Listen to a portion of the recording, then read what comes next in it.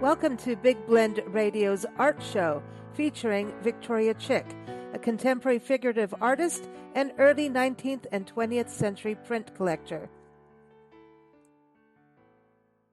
Today is exciting. This is a big deal. Today's show with Victoria Chick.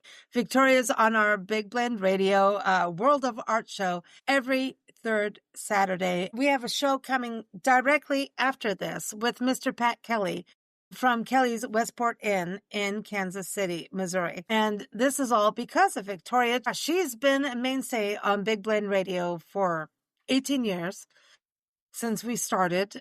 We've known her before Big Blend Radio existed, when we had our Big Blend magazines in print.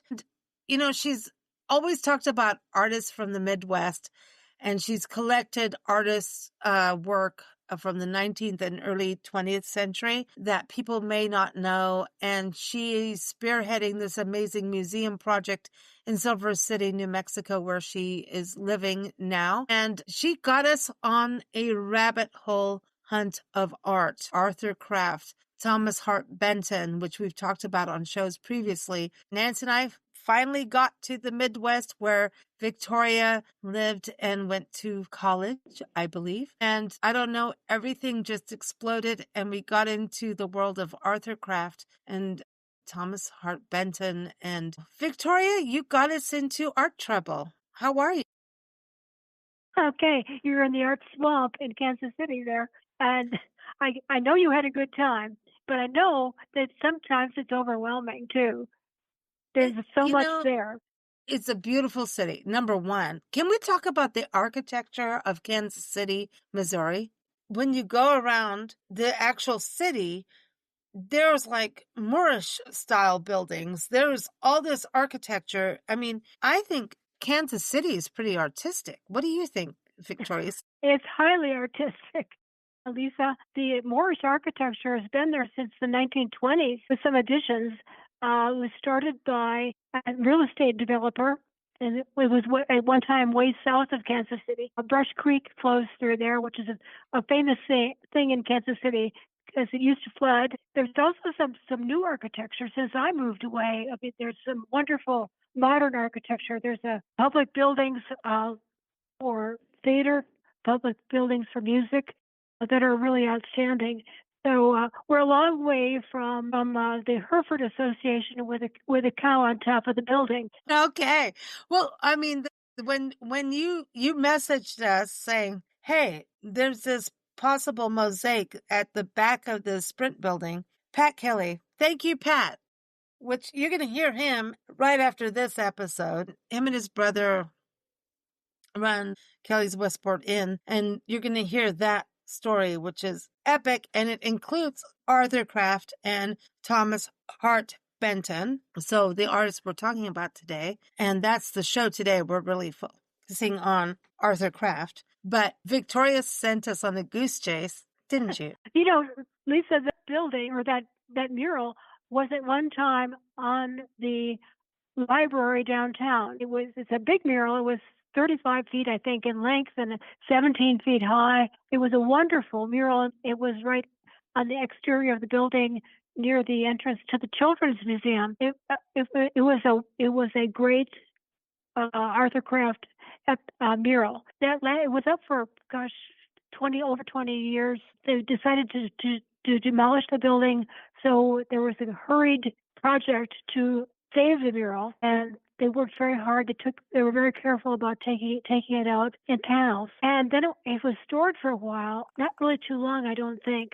But I understand from an article in the Kansas City Star that it was placed somewhere in Midtown there, south of behind the Sprint building. And I saw a picture of it, and I was very saddened, because it looks like it's in very bad shape, and it really looks like it needs restoration. And this happens to a lot of artwork that's public. It's put on a building with maybe the artist intends for it to be lasting forever. Somehow it doesn't last that long, and it gets taken down and lost track of in many cases. I hope that sometimes that kind of attitude of throwaway public art can maybe be modified in the future. I agree. When we went through the downtown area of Kansas City and we tried to get to the Penguins the first time, Arthur Kraft's Penguins, and we'll talk about that. And then, we couldn't because of parking and we didn't know what we were doing, but we found other big penguins in a different penguin park. Arthur Kraft was so huge in this city and he died at 55, so young. And then you think about Thomas Hart Benton. I mean, he was one of the first muralists in the country, right? Thomas Hart Benton, from what I learned. Am I right about that? Thomas Hart Benton was a muralist. You're right. He was an easel painter too. He did a lot of printmaking, especially lithographs, and his work was placed in. Well, he did a mural in Jefferson City. He did murals for Joplin, the area where he was from, and so his work has lasted for some, whereas Arthur Kraft's work has not lasted. So people do not know as much about Arthur Kraft as they know about Thomas Hart Benton. So we're trying to rectify that. Thomas Hart Benton did get around, and he has his own state park, which we went to, his home that you can go to. But Arthur Kraft, I mean, he died so young, but he did murals like he did a mural in the bank, and you'll hear about that more with Pat Kelly coming up next. But he did even travel internationally, right? Yes, he had shows in Paris, he had shows in New York, he had shows in L.A. He spent some time in Europe. He loves Kansas City. I have to say that about him. He was, I call it being anchored to Kansas City. He was a sociable person, but when he worked, he liked to work alone. When you look at his early work or his midlife work too, you see that he had a quality that a lot of artists try to develop and are not always successful. He liked to play while he was painting. He had that childlike aspect of fun while he was working and while he was developing his serious work, actually. But he enjoyed himself, and you can see that in his early work. Yeah, but he did have a little bit of a drinking thing, right? I think he was a sensitive person, and so yeah, and that can lead you sometimes on that other path. You know what I mean? Yeah. His art was amazing, Arthur Kraft, and Yeah. he saw patterns. Does that make sense? And I think that's why his murals and his mosaics worked. They had a flow to them. Well, yes, he was a genius with composition. You can call composition a form of pattern. His everything flowed, and I think when you look at a whole body of his work rather than just one piece, you can see the development of a sense of rhythm in his work, especially in the murals, because they were big murals, and he tied everything together beautifully in his mural compositions.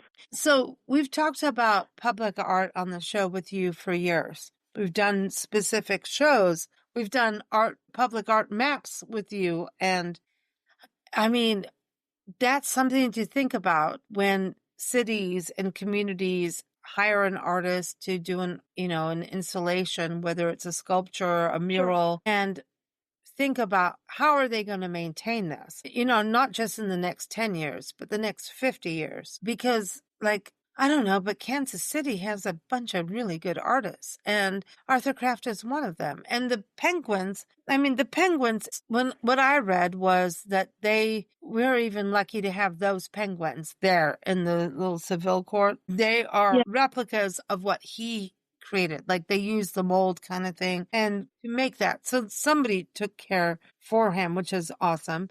Can we look at the people that built the city in art that were part of that and keep that legacy alive in a stronger position? Well, that would be ideal. I think with It's when hard. I architects, get it. if you think about Europe, the buildings in Europe or the buildings in the United States in the last let's just say 75 years, the buildings in the United States are are not built with the idea that they're always going to be there, and things change. There are inventions. I mean, 50 years ago, we didn't have computers like we have today, and so the buildings become obsolete for business. They may not be obsolete in Europe with the older buildings. Well, they're obsolete, but they still keep the buildings. So we see buildings that have wonderful murals, let's say, but they're obsolete from a business standpoint, so they get torn down. And I don't think that's going to change. But I think there must be a way that we can preserve artwork that is meaningful for that at a period of time that's historic decade, let's say, or quarter in our history, in a town's history, that we could save it. It's not always possible, but I think we can make an attempt at it, a better attempt than we've done before. Yeah, I think this talking about Arthur Kraft and Thomas Hart Benton is a good example. I don't know about Thomas Hart Benton. I think he's represented a little bit better, but Arthur Kraft not. Yeah. I think that's true. That's very true. Yeah. The saddest thing to me about Arthur Kraft is that he did have the end of his life was very sad because he was in and out of so-called rehabilitation centers, and then he developed cancer, and so he went to the VA hospital in Topeka, and his last artwork that he did was a mural at the VA hospital in Topeka in their waiting room. Nobody knows what happened to that mural, which is too sad. I have never seen a picture of it even. So I don't know what the subject matter was. It's possible that it was not gay and happy like his earlier work. Maybe they decided it wasn't suitable for other patients to see that. So I don't know, but I would from a historical standpoint, I'm sorry that I missed seeing it. Yeah, I think people don't understand about artists and what they go through. And even, especially doing murals and mosaics and things like that, the artist is in public. Most artists I know don't want to paint or do work in public. They don't. Some do. Some really do. Like some are like, yep, I want to do it. I'm going to be there. But like, I would say 70 to 80%, Victoria, want to be alone. Is that right? That's right. How did you first find out about Arthur Kraft?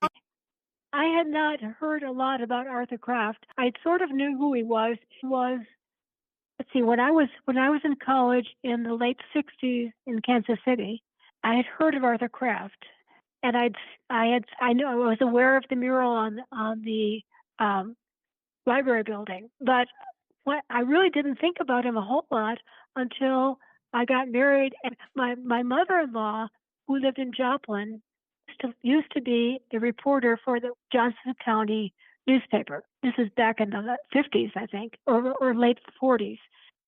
She was given a small painting by Arthur Kraft. I don't know, she may have written an article about him or something, but he gave her this little painting, and when I went to visit her, she gave the painting to me. So I started looking for more information on Arthur Kraft, and that's kind of how I got interested. And that was almost 30 years ago. So I really enjoy the Arthur Kraft painting that I have, which is going to be given to the museum in Silver City, along with a bunch of other art. So I started finding out more about him. Victoria, tell us a little bit about the history of him. Like you started delving into his history, you got that painting and then off you go and find out more about the mural right. and the mosaic, I found out quite a bit about him. He was very precocious. He was obviously talented. And so his parents early on sent him to the Nelson Art Gallery in Kansas City for classes, and that was good.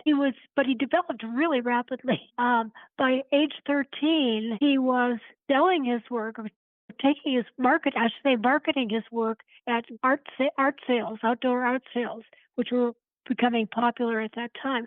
So he would go to the Country Club Plaza Art Fair, especially, and sell his work, and he was pretty successful at that. But he needed more, so he went to college.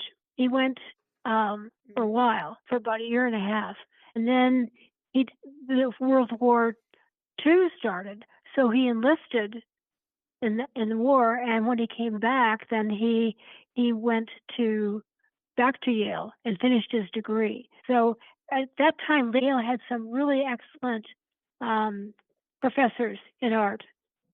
So he was able to study with some great people, especially color theory. He was very good at color, and I think he developed that at Yale. He tried everything though. He did mosaic, he did easel painting, he worked in stained glass. He was lauded really by Thomas Hart Benton, who was an older guy but who really respected Arthur Kraft and his work. So I mean, Thomas Hart Benton always said that Arthur Kraft is adept at everything. So that was a real accolade. And after he was left Yale, he moved back to Kansas City. You know, a lot of artists go to New York to really make it big, but he was anchored to Kansas City, and he really loved it there. And he was very successful. He sold a lot of work. And I think it's an interesting story about him because he really didn't care about money. His parents had been fairly wealthy, and he didn't miss anything when he was growing up. But so he didn't think about money a lot. He gave away probably as much artwork as he ever sold. If you like the people, just keep it, or So, but there was a story about him that to illustrate that he really didn't care about money, and that was he supposedly, and this sounds like a joke from a Marx Brothers movie, but so I don't know if it's true. It's true, but it's told about him as he had so much money that he put it in a bank in Switzerland, and he was asking people, to pay for his bar tab, and they said, well, why don't you have any money? He says, well, I've got an account in Switzerland. And they said, well, why don't you just, he says, I can't remember the account number. And so he said, why don't you just ask the bank where it is? He said, I can't remember the name of the bank. Gosh. Oh my God. I don't know that it's true. It may have just been something somebody came up with because he wasn't very careful about his money. He didn't care. I don't think he cared. I mean, him and Thomas Hart Benton. I mean, Thomas Hart Benton, as you'll hear from Pat Kelly in the next episode here, he didn't want his art to be shown in galleries or museums. He wanted his art in brothels and saloons or something like that. Yeah. I'm just saying, it's just, I think there was. I think some people say these things for effect. And they're stories that last and get down forever. Yeah. Do you think there's something about the Midwest artists? I mean, we've talked about this a little bit before, but don't you think there is something about what comes out of Kansas City? I mean, whether it's Kansas side or Missouri side, it seems to, I don't know. There's just seems to be there's a Midwest thing. A lot of really great artists.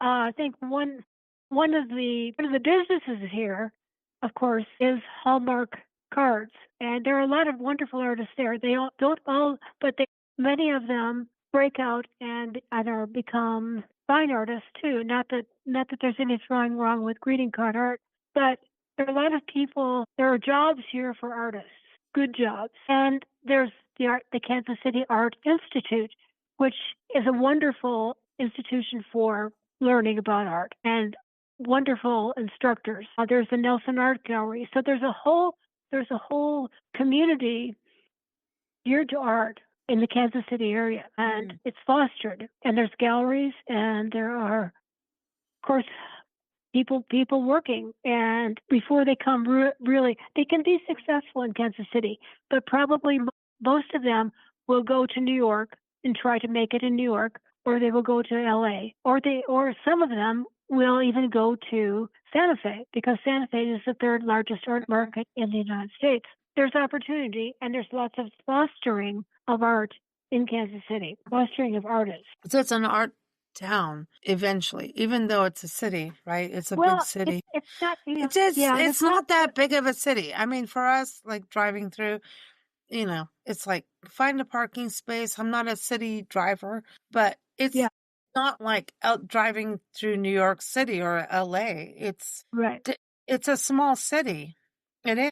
And so and in the metropolitan area, it's not just when I'm talking about art, and I'm like visual artists, and I'm focused on that, but it's also home to theaters, and it's home to music, Philharmonic Orchestra, and also all kinds of traveling entertainment and shows that come in. So if you're looking for center that we went around and around and around. It's a pretty impressive building. I mean, the Sports Center is pretty cool. Like, they have it all down, and they have hotels around there. I mean, we did it. Thank you, Pat. Again, he took us all around. We were trying to find the mural. Really, we were. But honestly, it was, and everyone will hear the interview coming up next. And that interview was before us twirling around to find this mural, because, Victoria sent us this, hey, I found this mural.